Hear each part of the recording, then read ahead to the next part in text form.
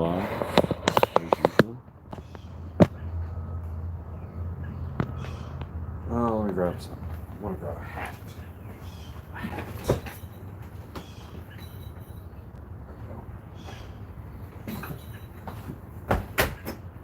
Got our hat going. Oh, yeah. It's crooked. It's crooked. Oh, what the hell? Alright. Are we still live? Because I messed up. I clicked the button I shouldn't have. As usual. We're still here, right? We're still here. Oh, as you can see, we're home early. I wasn't supposed to be home till today. I got home last night. So, but we talk trucking. We can talk about. We'll get some people in here. We'll talk about what's happening with the truck and why I went home early. Sucks because I was only like just a little bit shy of my quarterly minimum that I try to reach, which was impressive because I was down half of May, right? And easy come, easy go on the money, right? Well, Wine Coach, what's up? Fasting Friday. Let's talk about that for a second. So, last night we had dinner about 7. Oh crap! I did snack on some pork rinds about 9 o'clock last night. So, but we're doing a 24-hour fast, which is good. Got black coffee, an Iron Maiden mug. So how metal is that, right? My favorite mug. I love this mug. If I could find an Iron Maiden hat, that'd be swell. I would be your best friend. Because you know me, I'm all about the Iron Maidens. So, but yeah, think about the carnivore thing, man. The fasting is so much easier. Wow, it's a lot easier. Like, I'm not even thinking about food, and I've reached that point where I'm not obsessed in food. You know, it's like, I guess I better eat something. You know, and that may sound like a bad place to you guys, but it's really not. It's really not. Update on the truck after I do some shout outs, and then we'll get into the diet stuff if you guys want. We can talk anything. We can talk YouTube. We can talk YouTube drama if you want. Oh, we can do that. You guys know I wouldn't do that. Alright. And you know, we could talk Robin Hood stuff. Like, I have absolutely no clue. I've invested a little bit of money, like not much, not like enough to break the bank, but I have no absolute, just zero clue what I'm doing. I'm just like picking random stuff like some moron at a carnival, you know? Let's see. Because that's pretty much what I am, is a moron at a carnival when it comes to stock market. All right. Ooh, look at the shiny things. I think I'll invest in that. Such a moron. Okay. Let's do some shout outs. Don Shunger, what's up? Charles Brandt, good morning. Oh, I'll turn that down. The Manic Brit. Let's see. Oh, start from the beginning there. Big Houston, Jose, what's up? Thor and Thunder Trucking, good morning. 8.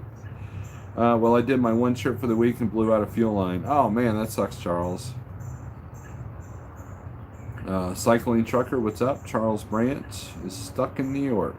That's like insult to injury. Thomas, Jonathan Wheeler, Little Viking Coach, Pneumatic Brit. You're in Canada. You're in Canada. Jeremy Rice, you're gonna do the fasting? Sweet, Charles. Shadow Wolf is in the house. Jonathan Will, I think I already said, hey, RN, Ratman, you'll be in Joplin tonight? Man. What if I convince the wife we'll go hang out with you? Are you going to be in your shiny new thing? Are you going to be in that? Cash is King, good morning. Thumbs up to you. Hope everyone has a great day. Thank you, Cash is King. Hope they can get the fuel line. If it takes a couple days, I'll run the car and go home. Are you not far from home? Matthew Hamilton, what's up, sir? So we'll give an update on the truck. So I've had a little tiny bit of a shimmy for a while, like not even noticeable, right? Unless you're like paying attention. And so after my hubs were replaced, it seemed like it got worse. And usually, if you've got a front end shimmy, something has happened, right? Like if it's all of a sudden. So either you got a steer that's bulging in a weird way, or it's imbalanced, or a lot of people don't realize this, but if you have a ton of mud on your steer, that can also put it off balance and screw you up. But it wasn't anything like that. So I'm looking and I just can't see anything. And of course, I'm an untrained eye. I mean, I can see when things are wrong, but I can't like really get in there. So I decided to have it inspected at a tire shop because I wanted to rule out the tire aspect. Because I've had bad steers.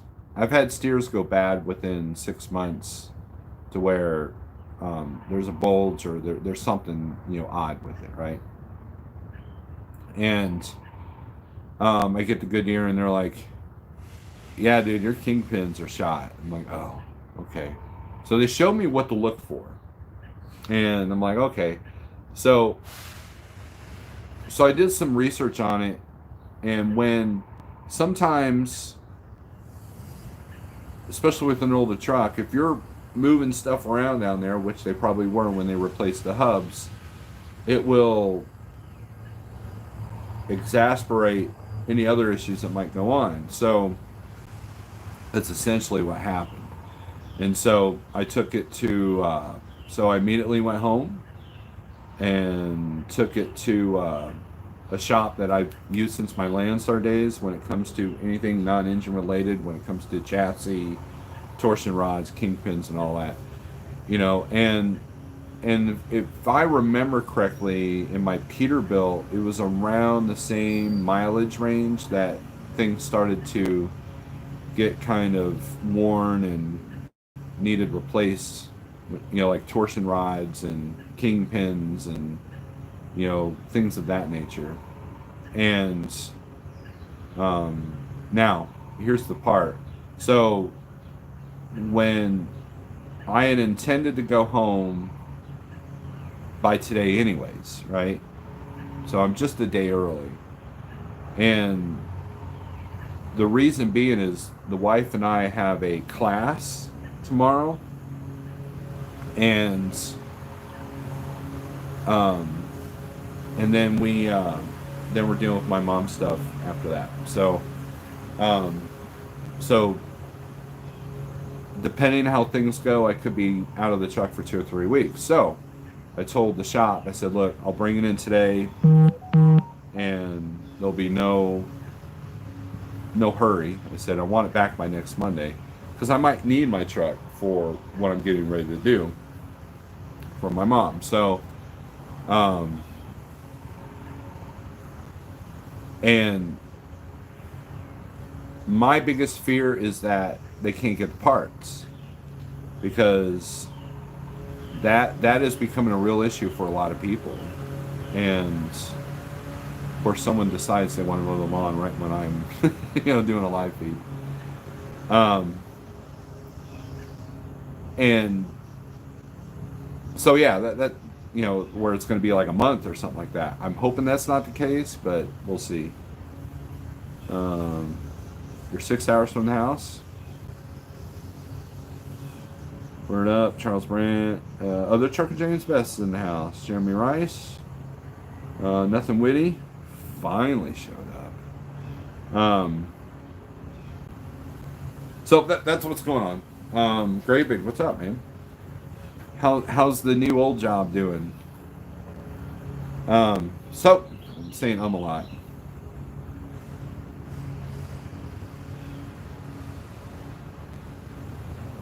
I posted on on Instagram and Facebook, that I was dealing with some stuff, and it's true, I am, but everything's fine.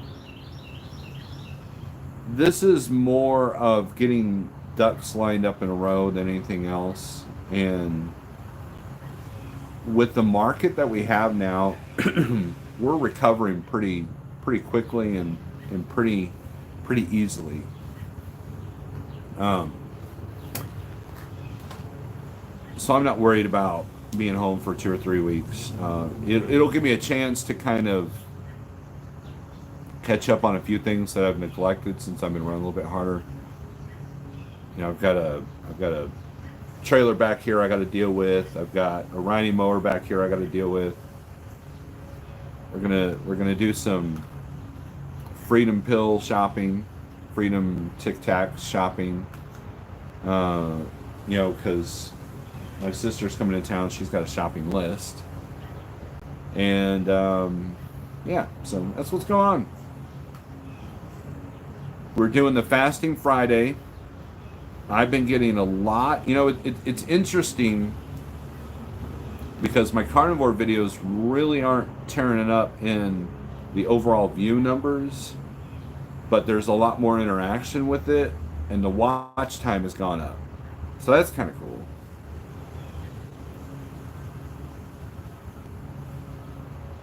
And I realized that I needed to start maybe putting some variety into these, you know, because now we're past, okay, day one, you know, we're doing this. Day two, we've done this. And one of the things I'm going to get into is temptations that I have at home. And I almost broke the carnivore thing because my wife made biscuits last night, and it wasn't out of temptation at all. I wasn't tempted. I just like, oh, there's a little piece left on a pan. I almost like just grabbed it just in a burn, you know, out of habit. And I realized, I'm like, wow, you know, there's going to be some challenges while I'm at home with this carnivore thing. And so that'll be interesting to deal with. But last night's dinner was hamburger with eggs. That's it. I basically took a pound of hamburger, scrambled about 3 eggs into it when the hamburger was about almost done, almost cooked, and we were good to go. Now the other challenge will be, I'm assuming that with family in town from out of state, we're going to go out to eat at some point. Either that or my sister's going to cook for us, you know, one or the other. And should we go out to the front? Maybe we should go out to the front. If that lawnmower's too loud, we'll go out to the front. But then you got the traffic, so we're screwed either way.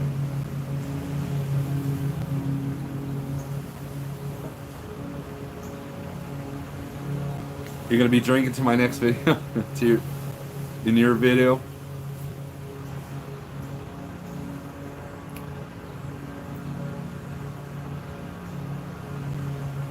Big Rick CEO's in the house, Grafton. Get unloaded in Potsdam, New York. You know, it's funny. You used to do. I don't know if you're still doing it now because I haven't kept up with their vlogs, and I apologize for that. But I know that you were doing Big Lots, and I used to be the Big Lots guy at Schneider. I would do Durant. There's a DC in Durant, Oklahoma, and we would hit. I'd hit all the stores in Missouri. And at one point, there was a trailer that I opened the doors and like literally half the load fell out of the back of the trailer. I almost died. And that was, I think there's pictures of it on Facebook somewhere. Does Red Chicken fast with me? Red Chicken doesn't eat. Every now and then I throw him on the ground and hope that he's eating a couple of bugs, but beyond that, you've seen how skinny he is. There's a reason. He's one of those magical people that, or not people, magical creatures that can, you know, live off of air. So he's good. I know for a fact this gets made by Mrs. Snorelord, our carnivore. Now she's really good about making me keto bread like normally. she would have made adjustments. You know, she's really good at there's a keto-friendly bread. It's basically almond flour, egg, and vegetable oil, or not vegetable, olive oil or butter. And you make it in a microwave. It takes like a minute and a half. That's it. It's pretty easy. And it kind of has the consistency of like a very heavy, thick French toast. Is kind of what it's like. And it's good. I like that. But again, we're going all meat here, so she didn't do anything. She didn't have to do anything, and she doesn't have to do anything. It's not like, hey, make sure you cook my steak, woman. You know, I don't do that to her. I pretty much cook my own meals when I'm at home. And that kind of sucks because my wife is an excellent cook. She's really good at what she does. And so there's sometimes when I miss that. And that'll be one of the temptations, you know, but for the most part,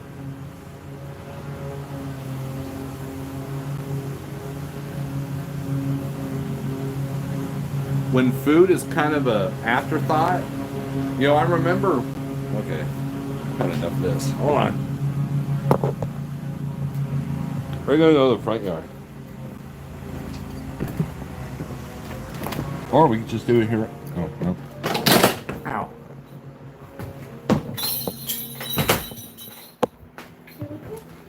Yeah.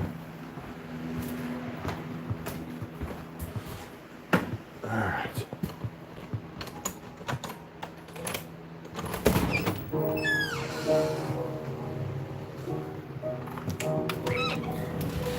Alright, that's my daughter playing piano.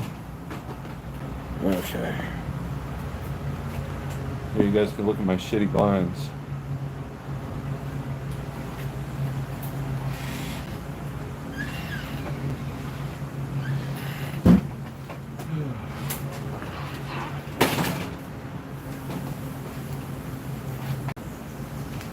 Now, eventually that guy's going to be mowing in the front, so, you know, just be prepared for the move. Anyways, and I hate sitting up here because this is hard on my back. Don't even remember what I was talking about. Big Rig CO. Undertaker, when you first finished training, when you started trucking, were you scared of getting lost? Undertaker, yeah, I mean, that's, I used to have nightmares about it, actually. I would wake up in a cold sweat, like, oh, you know, but for the most part, at the risk of sounding old, it's a lot easier for a newbie now than it is before. But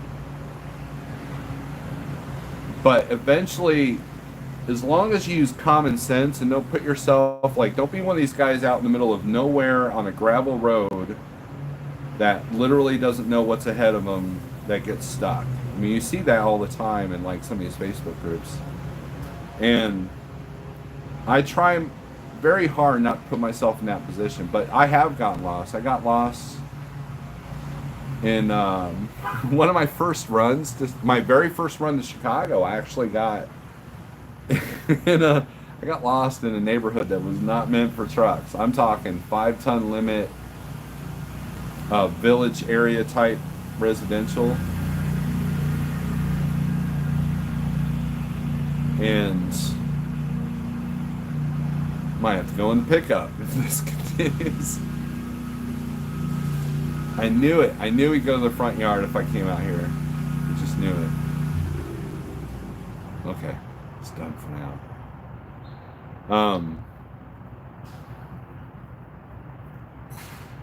It took every bit of patience and skill set I had to make sure that not only did I not turn into a vehicle, but also my tail swing not to affect vehicles. A lot of people don't think about the tail swing. Tail swing can be a killer. On a school bus, you have a 72-inch tail swing on those. So, but yeah, so I guess I pretty much broke that fear pretty early because I went through the worst case scenario, including coming up to a 12.7 bridge. And That's very distracting. I'm sorry. I don't know why we're mowing at 8:42 in the morning, but oh well. I guess it makes sense, before the sun comes out. But the grass is still wet from dew, so that'd be hard. But your wife wants a recipe for the keto bread. We can do that. Nailed it. What's up? But yeah, I mean, was I scared? Yeah, but I was mentally prepared that it was going to happen. So just eat the biscuit, you'll survive. Well, other trucker James Best, there's this thing called accountability, and I can't sit there and do YouTube on a carnivore challenge and then eat stuff that I told you I wasn't going to eat. So, there's some, there needs to be some truth in this YouTube universe. Anthony Bressler, what's up? I think I already said hey to you. TJ Jones, what's up? Day 10, down 6 pounds on carnivore. Awesome. Target practice, Blinken. Is he on a zero turn? They move pretty fast. Yeah, that's what it looked like. Jen, you can usually find something carnivore to eat at a restaurant menu if you look hard enough. Take out off tortillas and buns and breads you're willing to order sides. That Jen, I've had a pretty good, and I appreciate that. I do pretty good. I made IHOP work one time, so it could be expensive ordering a la carte, but sometimes it's actually cheaper. And then of course you're not gorging yourself either. Does anyone know anything about Puma Logistics, good, bad, ugly? I know nothing about them, Matthew, at all. I would check truckersreport.com and see if there's anybody's written a thread on them. Too early for mowing. Yep, I agree. John Armstrong, good morning. Don't be like the USA trucker who just lost it. Take a breather and stay calm. Yeah, what Rick's referring to is there was a USA driver who came up on a bridge that he was too tall for, and he hit a panic point and was trying to turn around in a space that wasn't turn aroundable, and he literally completely totaled the truck, and it went on social media like that, and you could tell he was he hit the panic point. He literally lost his mind. He was sitting there just he didn't handle the stress very well, and that's the most important thing. If you do get lost, remain calm. Beat the steering wheel up a little bit, but don't panic. And if he had not panicked, all he had to do was back up, and then he would have had enough room to turn around. From the viewpoint of the 3 million phones that were watching this guy literally lose his career. So if you guys Google or type in YouTube search USA driver trying to turn around, it'll pop up.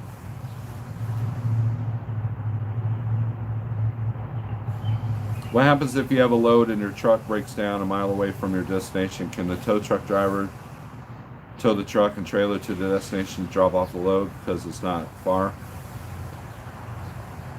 Yes and no. So in some states, a lot of people don't realize this, in some states it's illegal to tow a truck and trailer combination because of the length.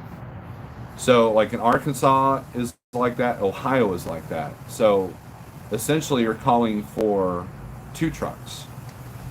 Most towing companies have a regular semi to pull the trailer normally, and then of course the tow truck will handle the tractor.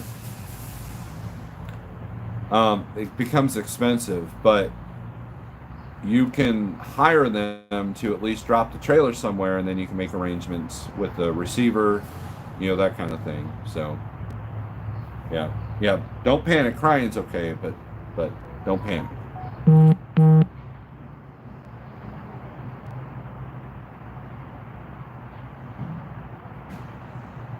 You don't like your flip-flops, man. You mow in flip-flops? That's funny. Kelly would love to learn how to drive a truck. Well, for $4 or $5 grand, you can learn. I think that's what CDL schools are costing nowadays.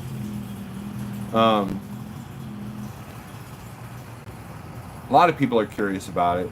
And I think, look, when I was in driver's ed, they did a whole like section about trains, about railroad safety, right? Like a whole chapter. And they even had a guy from the railroad come in and like, they need to do that with trucks. They need to educate youngsters about trucks. My kids have an edge because I've been teaching them about that. We get on the interstate, I'm like, okay, you need to stay out of this zone, don't do this, and then, and I show them plenty of bad examples of what not to do.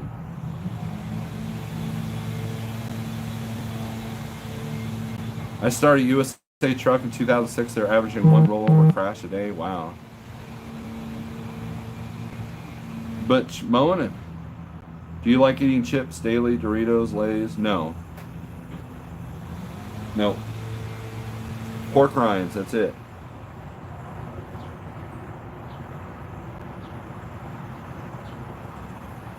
That's how most companies work, John. Most companies will pay for your training, but then you sign a contract that you work for them for a year to 18 months to pay it off.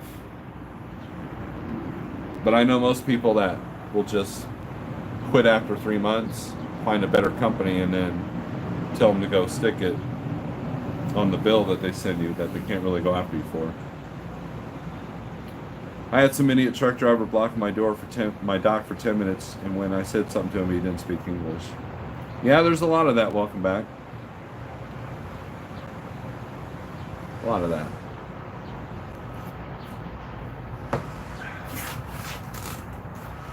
Speaking of lawns, I gotta mow ours too, so add that to the list of things I gotta do.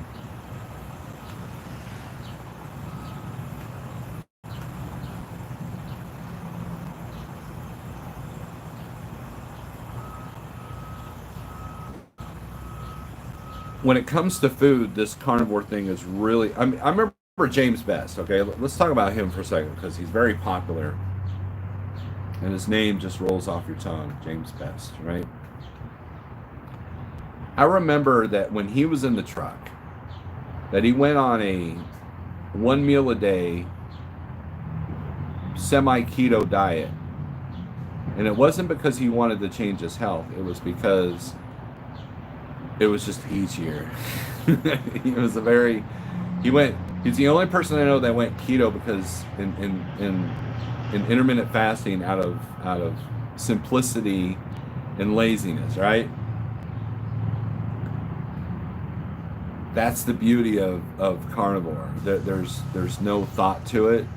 You eat the same thing at the same time of day, and now the stresses of finding recipes and what am I going to eat tonight and all this stuff is just it's gone. It's all but eliminated. So it could be a very good lazy man's diet as well. Way of eating, I guess, is a better term for it.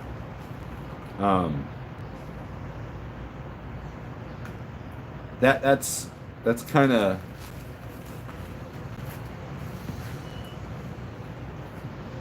the beauty of it. Semi-keto, yeah, he wasn't like strict, and I think he was still eating potatoes and stuff like that, but he pretty much just like, just throw something in the toaster oven, and I don't even want to eat. He actually said at one point, you don't even want to eat. You only have to be mindful for one meal, not multiple. See? James Best would be a great advocate for the carnivore lifestyle.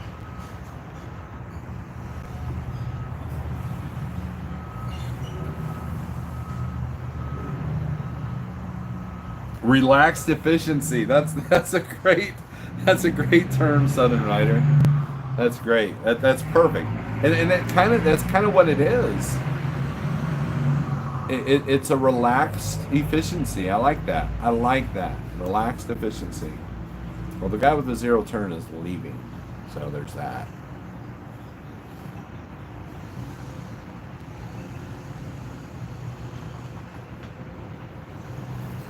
Calendar diet was OTJB nutritional. We won't even get into that. Cold turkeys all day works as well. Yeah, I mean,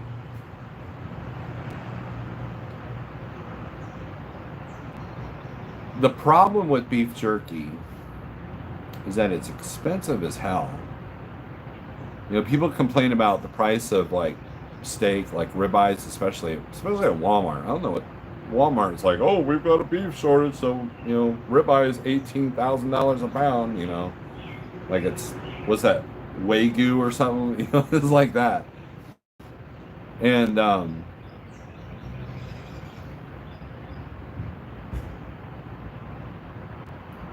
beef jerky though is outrageous, especially in the convenience stores. Now, is it good in the pinch? If you go into a certain convenience stores and that's the only option you got, well, go ahead, grab some. But for the most part, and this is what a lot of people don't understand, eventually snacking goes away. Think about when you know, if you guys are like 40 or older, cars didn't have cup holders. Drive-throughs were far and few between. And what did your mom tell you? Don't snack, you're gonna ruin your dinner. You know, and most people that did the midnight snack thing were usually overweight. And so snacking was associated with overweight. You know, we went from that to you got to eat 6 times a day, or else your metabolism will kill you. You know, your metabolism will slow down to a crawl and you'll gain weight. You know, and then when you gain weight because you eat 6 times a day, like, well, your metabolism must be shot.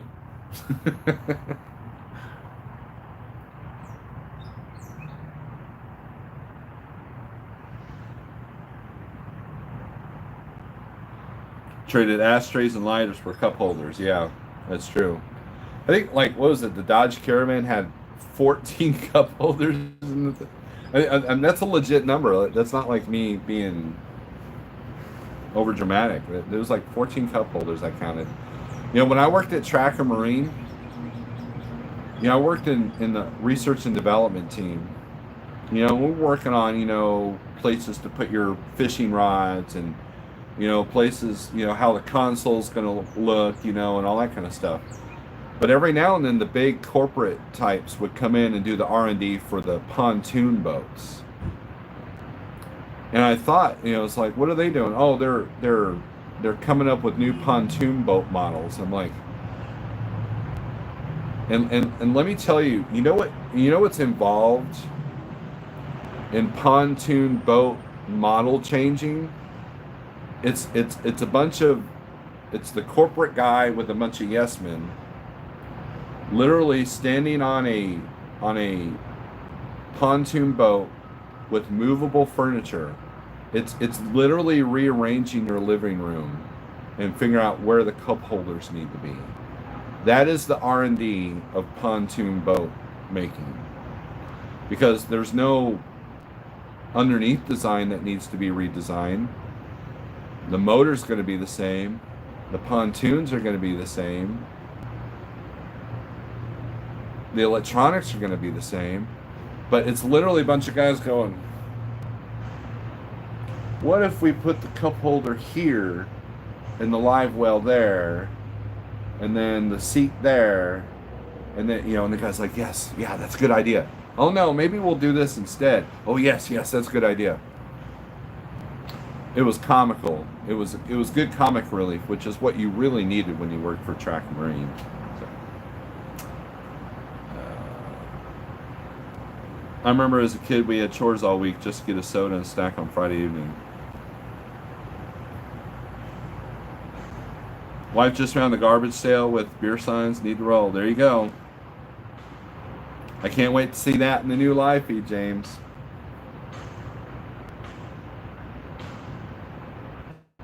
Two pontoons or three, right? If you want two, that'll be 20 grand. If you want three, that'll be 50 grand. Boat prices are stupid. RV prices are stupid.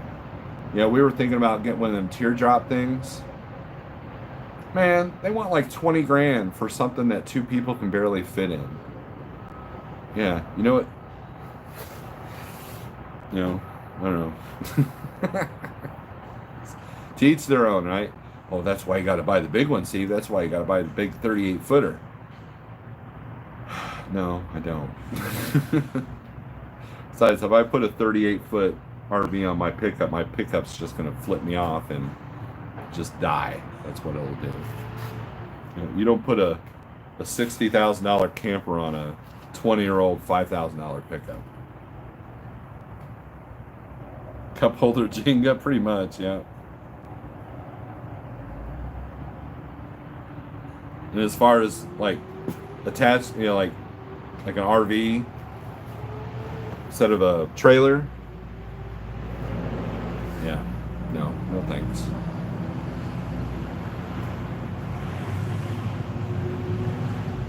But other than that, your coaches run $2 million. Well, yeah, I mean those things are expensive. Butch, have you ever seen the new price of one of those coaches that you drive? They're like a Prevost. Man, those things are like in the like sometimes reach 7 digits. Yeah, if I spend $900,000 on something, I'm gonna run it till the apocalypse. You know.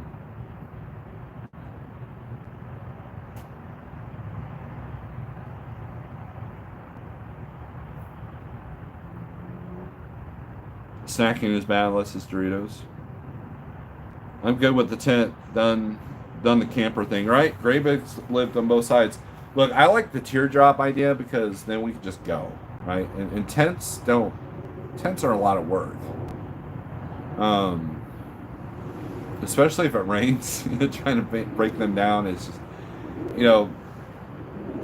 either that or you're spending really good money on a really good tent, which is, complicated. It's like putting the Rubik's Cube together. And it takes time away from, what you want to do. So if you get a campsite pretty late, you want to build that thing before. So, and plus I wouldn't mind having something with power because of the CPAP machine and all that. So tent camping is kind of, I'd rather spend some money on a teardrop, to be honest with you.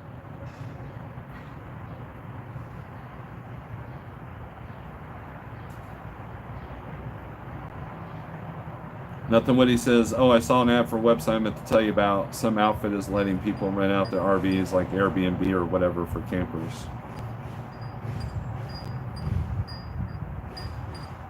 I bought an enclosed utility trailer. I'm converting it to a stealth toy hauler.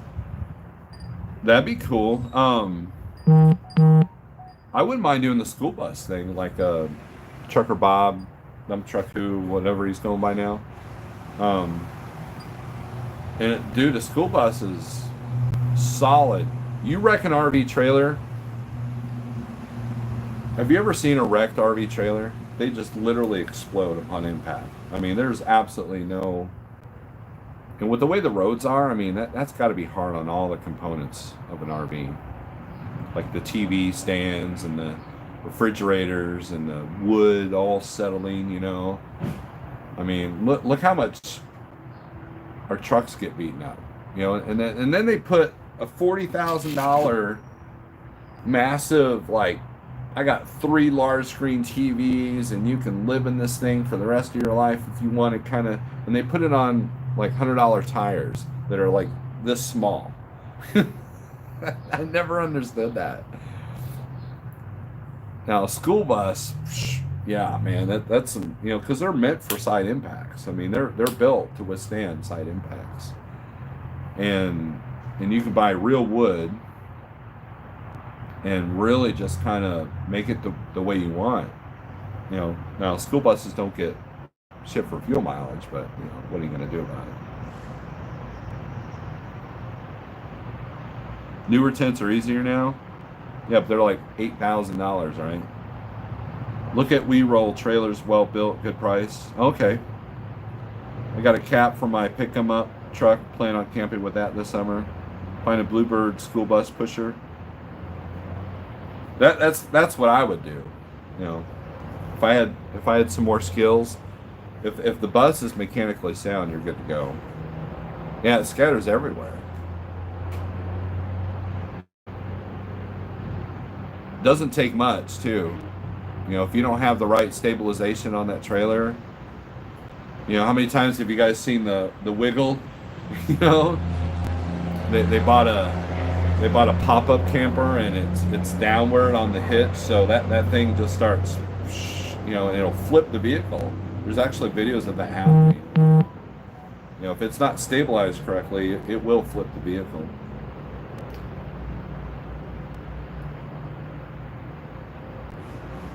Now, when I was a kid, my dad actually had the full-blown camper that goes into the pickup. That would be really top-heavy, though. One evasive maneuver because of some moron cut me off, then, you know, it's a wrap. You're flipping over. So I wouldn't do one of those unless I had a dually.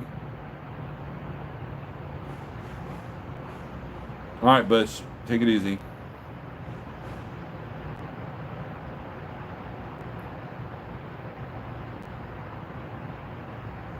But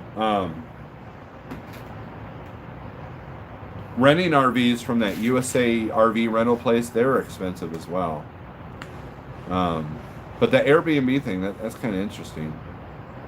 That's smart too. It's like, you know what? How do I pay for this 48-foot, $60,000 camper? I'll rent it out and hope that these people won't screw it up.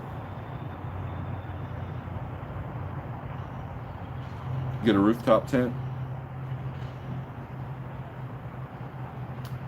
I disagree with that. Nailed it. When I worked for Springfield Public Schools, first of all, Springfield Public Schools, they are the biggest school district owned fleet in the state. Oh, well, what about Kansas City, St. Louis? Well, they use leasing companies to run their routes. But what Springfield does is they have buses that are like literally 30 years old. They have buses that have been around a long time. They will literally drive them until the wheels fall off and they finally retire them. And there's a guy locally that will buy them and refurbish them. You know, you guys have seen the fields out there where someone has 2 or 3 school buses out there and they use them for parts. But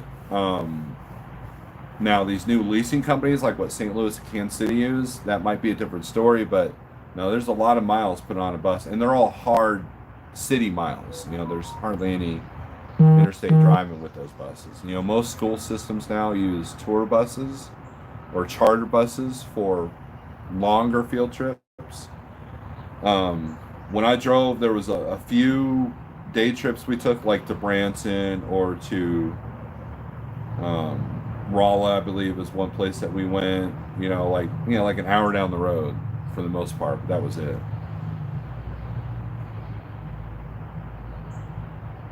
Does being a school bus driver have a good pay? No, or else I'd still be one. I loved driving a school bus. I handled the kids well. It was fun. There was something new every day, even though you're running the same route. I've seen some interesting things. Springfield's a very interesting town. And it's become more interesting. We had a shooting here last night that literally had 20 cop cars. I think there was a standoff, you know, the whole 9 yards. But I enjoy driving the school bus. It was an easy schedule, but it didn't make enough money. I could not provide for my family with that job. So it's great for part-time, it's great for seasonal, it's great for retired. A lot of school bus drivers are retired Teamsters. Because if you're collecting a pension from, say, someone like Yellow Roadway or something like that, you can collect the pension, but you're not allowed to drive a commercial vehicle for a profit company. So school bus, you know, it's a non-profit. So, you know, at least Springfield, that's how it's set up. So a lot of the Teamster retired truck drivers were driving school buses for the insurance. And they couldn't make enough. They couldn't make too much money. So it was perfect for them. And it's a split shift too. So what I tried to do, you know, you had a morning route and afternoon route. What I tried to do is I tried to do the special routes in the middle of the day. Because, you know, the handicapped kids were handicap routes were usually on a different schedule. And then field trips. I loved field trips because you would literally take the kids to like a concert or something, like a music, symphony thing. You get in for free. You get free food from whatever place you're taking them to eat. And then your job is literally to get paid hourly to babysit an empty bus. There were a few times where they would take field trips in one of the local parks. And I would literally be a school bus babysitter, and get paid for it. So so it wasn't hard work, but it definitely could have paid better. And that's when we started considering trucking.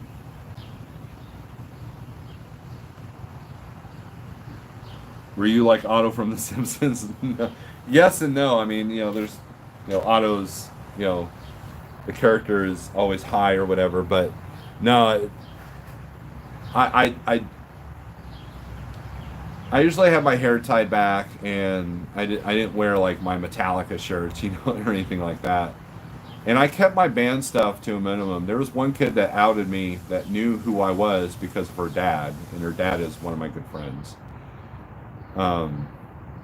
It freaked me out because I didn't know who she was, and she's like, "Hey, you know my dad?" I'm like, "I do." And she's like, "Yeah, you're the singer of Apnea." I'm like, "Yeah." In trying to explain to other bus drivers, which are usually crusty old people, that you sing in a death metal band, they're like, "What?" So I kept my image fairly as clean as I possibly could.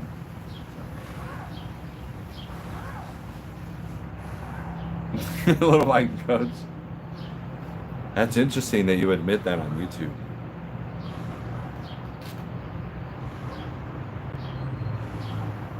But we are not quite at an hour yet. So if you guys got any other questions, comments, the carnivore videos will still be coming. They'll just be based off of how I'm handling temptations at home, and alternatives for when you go out to eat.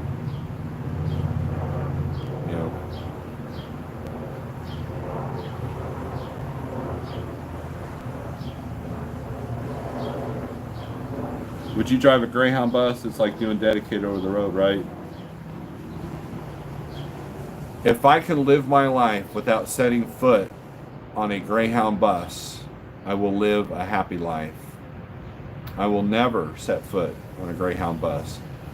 Would I do a tour bus or a city bus? That's what a lot of the guys at the school bus did. They wanted to get to working for Springfield City, running the buses. But I don't think I would want to do that. Buses have become unsafe around here. And as far as OTR, there's a reason why. How many of you have been, you could be doing 70 miles an hour in a 75 mile per hour state, and you'll still get passed, or a 65 mile per hour state, you'll get passed by a Greyhound, like you're sitting still.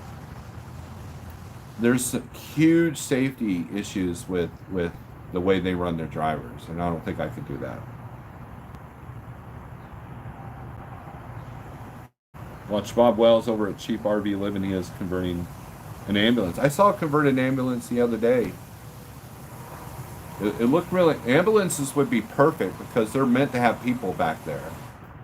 And there's lots of cabinets, so...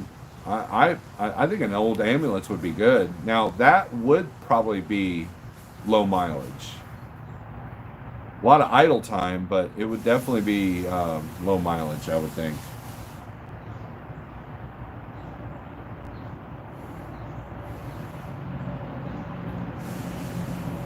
There are cheaper alternatives to everything that we do, and you guys really should start focusing on some of them.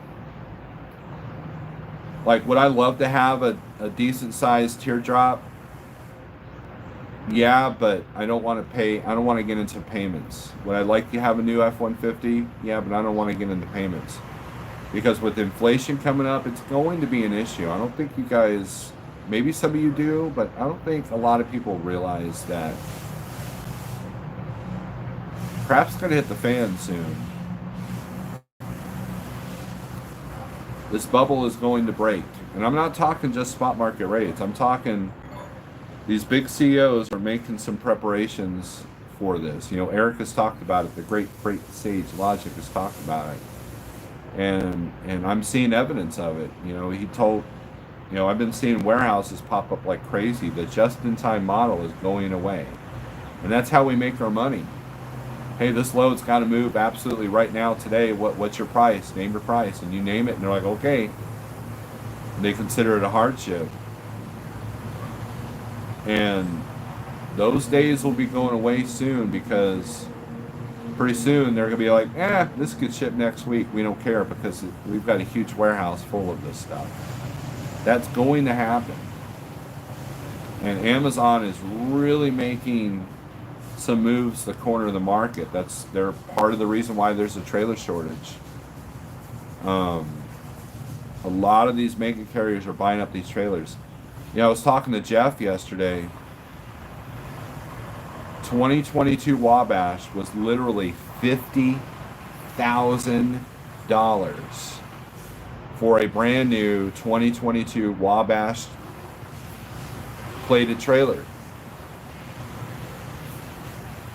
You could buy a new reefer for less than that right now. You can buy a used reefer for half the price of a used dry van right now. It's absolutely nuts. And then, you know, there's an article about utility getting hacked by ransomware. And it seems like anywhere where there's a shortage, there's ransomware. And when you look at how society is right now and how the economy is right now, something that I think that we can all agree on is this is not sustainable, what's going on right now. Prices aren't sustainable. Rates of houses aren't sustainable. Our rates aren't sustainable, not for a long period of time. And so at some point, there's going to be a breaking point. Common sense and history should teach you that. You know, and maybe you young puppies don't get it. But there is a level of inflation that's coming. And so yeah, we might all be getting $4 a mile, but guess what? Labor is going to be $300 an hour. You know, or you might be down 6 months for parts because they can't be made because there's a shortage, or you know, however you want to look at it. I run a nonprofit. It's called My Family. There you go. I don't know how well Greyhound guys get paid. I'm not having lunch today, Undertaker. I see a 2020 used Great Dane reefer for over $100,000 the other day. Reefer prices are out of the roof. Are they? Wow, okay. I guess they're just easier to find, though. How much of that trailer price increase do you think is the price of materials going up, and how much is companies charging more because they can with the demand? Both. I mean, I don't know what the ratio is, but I was looking at Freedom Tic Tacs. I was delivering at a retail store yesterday morning, and I noticed a store, a Pew Pew store, literally across the street. So I figured I'd call them when they open, see if they had the Tic Tacs. And they did. I said, "What's your prices?" Right now we got full metal coats for $40, and the special points for $60. And right now you go to Academy and get them for regular price at this point. So there's a store in town that I stopped going to when he started charging $80 for them. $80 for a 50-round box of 9. Absolutely stupid. And so yeah, there are some people taking advantage of this, and that doesn't help inflation whatsoever.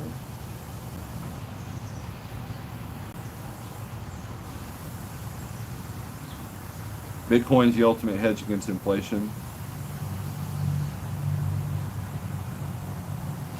And I'm going to be going shopping for Tic Tacs today, and if there's a reasonable price, I'll pay it because we're taking a class tomorrow. But anything above $30, you're being stupid. I mean, I get it. I talked to a new store that opened just last month, and he has over $1 million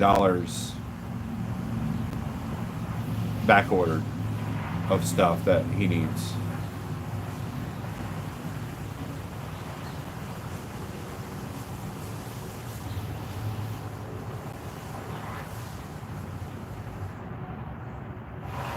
What's funny is wood's another one that's kind of real high.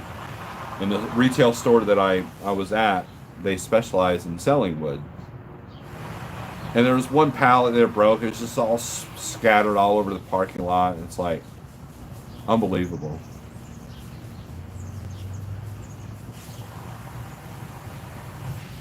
Inflation is high, but there comes a point when something is too high, you just don't buy it. Right. Well, that's what I did. The guys that buy pallets of Tic Tacs at a time, I get it now. So.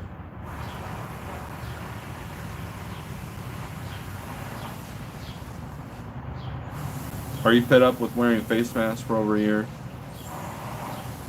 I haven't worn a face mask. Well, no, I take it back. I had to wear one at a shipper yesterday. It was interesting because well, not yesterday, the day before yesterday. I went in there, didn't have my mask on. Usually I've got one in my pocket, like, my pocket's like a holster, right? And I'll bust it out if I need it. And the gal that came up to counter, she's doing the chin strap thing. Wasn't covering her mouth or nose at all. And I noticed they had a real sign, we're real strict about this mask thing. And I look at her and I'm like, you want my pickup number or you want me to go back to the truck and get a mask? Because I'd forgotten to put it in my pocket. She's like, no, give me your pickup number. So she takes your pickup number. And she's like, look, when you come back in, have the mask on. I'm like, okay. 6 hours later, I came back and I was wearing the mask for literally 5 seconds, and that was it. I don't judge you if you wear a mask. I don't judge you if you don't wear a mask. I don't judge you if you have the vaccine. I don't judge you if you don't have the vaccine. I have an immune system, and it works. Another advantage of carnivore/keto is your immune system is pretty strong. And even if you do get something, you're going to fight it pretty good.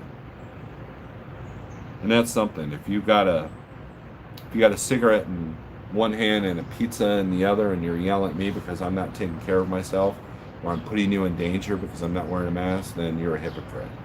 Plain and simple. The main timber company here in Southeast is currently cutting plots. They have a plan to cut for another 20 years in order to capitalize on the prices.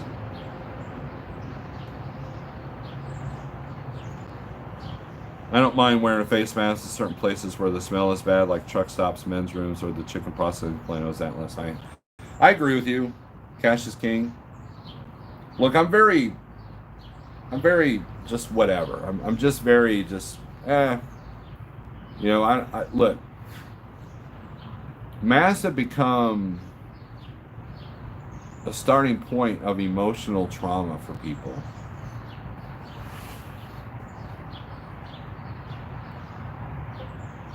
Emotional anguish.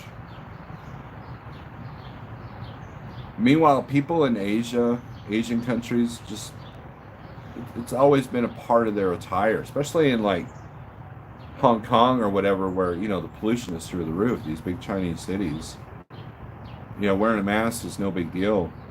Of course, you do the freedom argument. Well, it's freedom, Constitution, all that. Yeah, but when we go to shippers, we have to wear safety vests. Sometimes we have to wear a hard hat. Sometimes we have to wear steel-toed shoes. I consider it like PPE. And for people that aren't used to wearing PPE, I imagine the mask thing was worse. But I do know that the first time I had to go to Walmart with a mask on, it was very stressful. You could feel the tension, and that was by design. That tension was by design.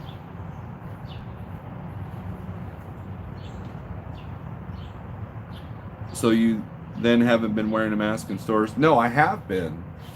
Up until recently, the mask mandates have been lifted.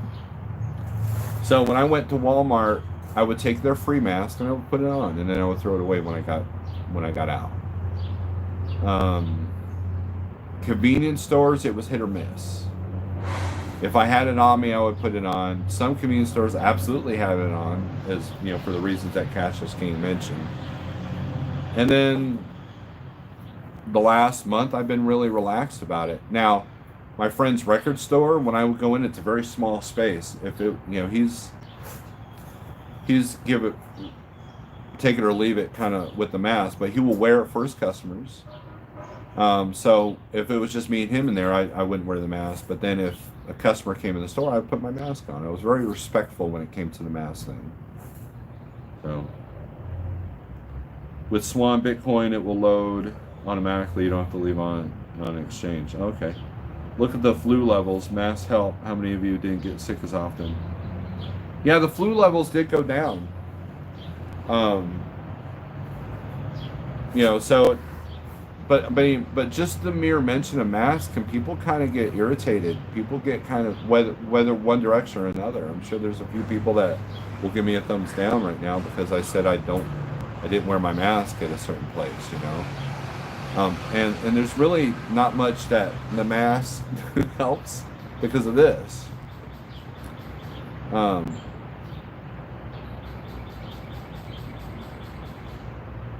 And I've had the flu, and the one aspect of COVID world that I didn't mind at all was the social distancing. I hate crowds. I hate being crammed. If I'm at a shipper and there's like 5 of us in there, I don't mind putting a mask on for that. But to be the guy that wears a mask by himself in his car, or walking his dog out in the street, I'm not that guy. And if you're that guy, God bless you. Cold storage, the way to go. Nailed it. Smooth Truck, what's up? Never wore a mask. Not my 5-person family. Not one person has been sick yet, and they all went to school. My wife and I work full time. What it boils down to, people, is your immune system. Our immune system has been compromised because of what we consume. Food, chemicals, all of that is what affects your immune system. The air that we breathe in our trucks is not the best air. The air that you breathe at the Pilot, in Manuka, Illinois, in the bathroom is not the best air. There are people that wore masks and wore the gloves and did the whole 9 yards and still got sick, and there are people that absolutely did not care and did not get sick. I was somewhere in the middle. And I was careful when I needed to be. I was respectful when I needed to be. And I was relaxed when I wanted to be. And that's it.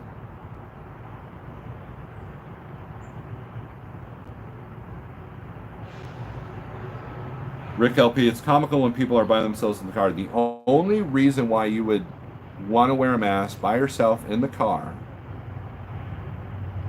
is if you're an Uber driver and you're on your way to the pickup, because Uber requires it. That's where I can see that.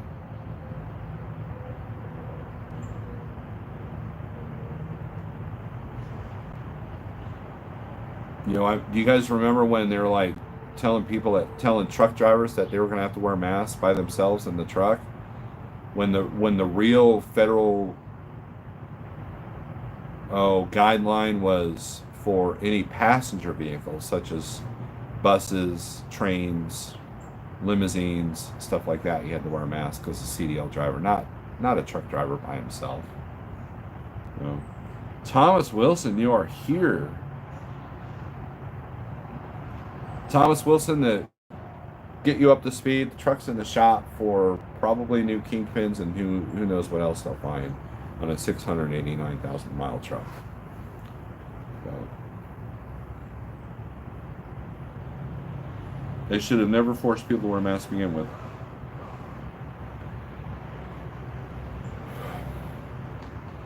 They didn't need to force it because they had the public berating you if you didn't wear it.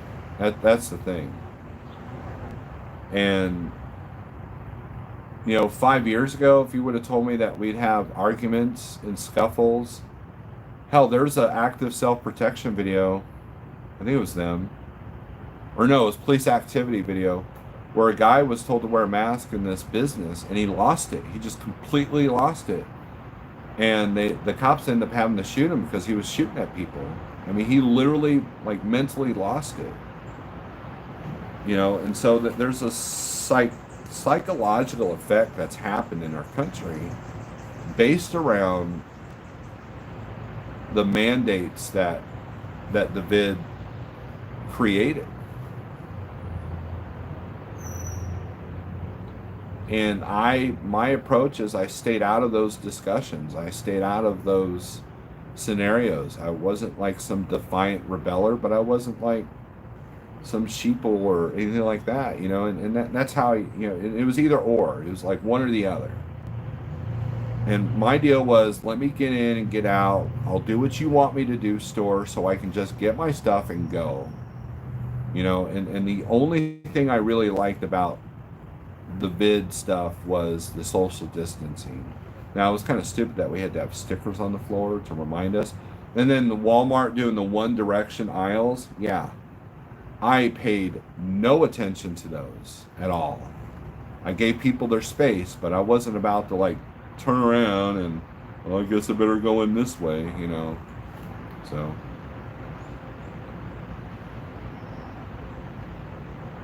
Just got yours out. New windshield, new marker lights, and the bitch is still leaking. I've spent $2,300 trying to stop the leak so far. Where's it leaking at, Thomas Wilson? I know that I had a leak through the middle light for a minute. I was glad to see that Kenworth replaced one of my marker lights correctly where there was no leak. Because if water gets in there, it'll get on the CB and it'll kind of fry it out. You gotta be careful. Mental illness is at an all-time high. Absolutely. That is 100%. I've lost friends to suicide this past year and a half. You can't...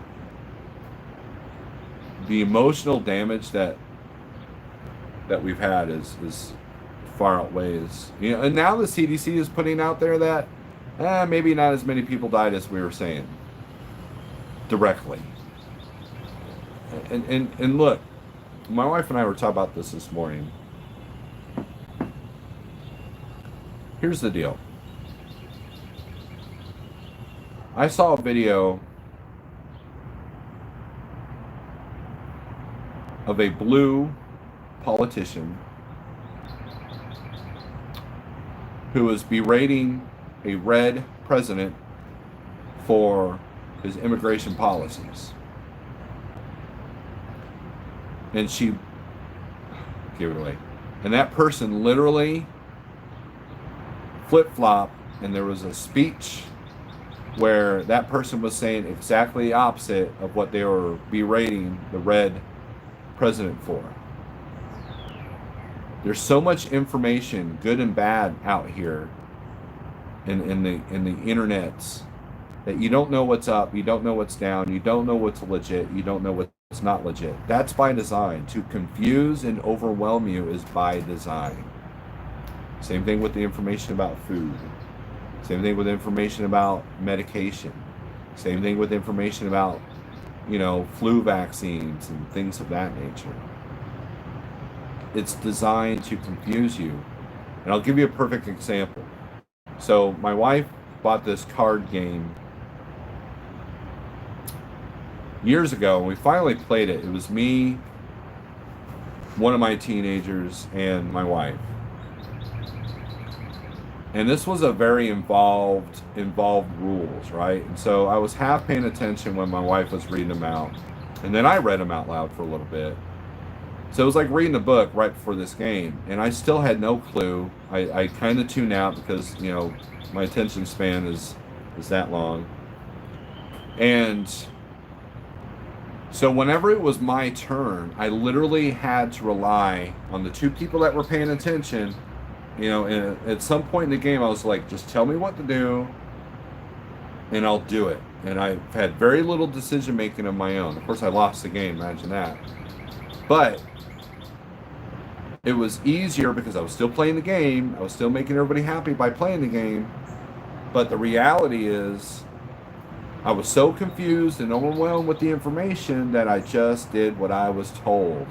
And that's exactly how all of us are living our lives right now. At some point, you get so confused, you just go to the person that you think knows more than you, and you go, just tell me when and where and how to write the check, or when and where and how to where I need to be, where and when and how I need to do this particular step. You know, and at some point you just check out and you just do what you're told. Obedience. And then wonder why you lost the game. Think about that. And it was a great metaphor for this thing that we call life, for this place that we call the United States of America. It's exactly what's happening to us.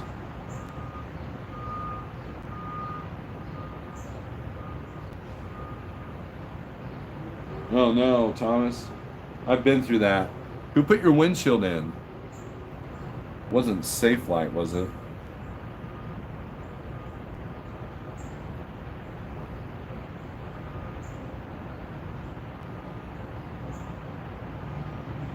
The best thing about Toma, Wisconsin is the truck stop next door.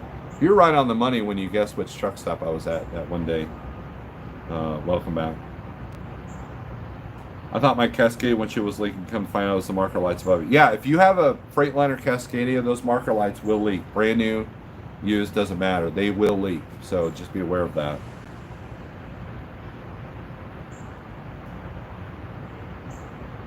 What else is that on? You got a perv in mind, sir.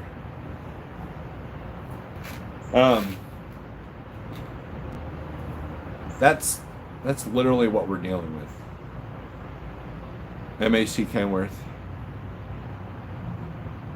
Robert Daniel, what's up? That truck that Ratman bought, man, that's one of the new Peterbilt 579 Ultralas with the different hood. That was pretty sharp, pretty snazzy. You know, can't wait to see that in action. So, I wouldn't mind having one of them new 680s with the different hood. I wouldn't mind having one of those. But I definitely don't want the payment, especially not with what I think is coming down the line. Pretty soon you're going to have a pretty good selection of equipment. So, well, not trailers, but trucks at least. But at any rate, I think we'll end this video. We've been over an hour. And so the update is everything's fine at home. I just got to deal with some stuff. And the truck's in the shop. And we'll see how much it's going to cost and how long it's going to take for it to be repaired. So with that being said, thanks for watching. I appreciate everybody's support. Make sure you click like, subscribe if this is your first time here. I really appreciate you. Hit the thumbs up on the way out. And, you know, I'm thinking about doing like a small call-in thing. I was going to look at a couple of things. Because I think it'd be interesting for people to call in and ask me questions, whether it be about trucking, about my experience with changing my diet and losing 120 pounds, and or my just my viewpoint on things. So,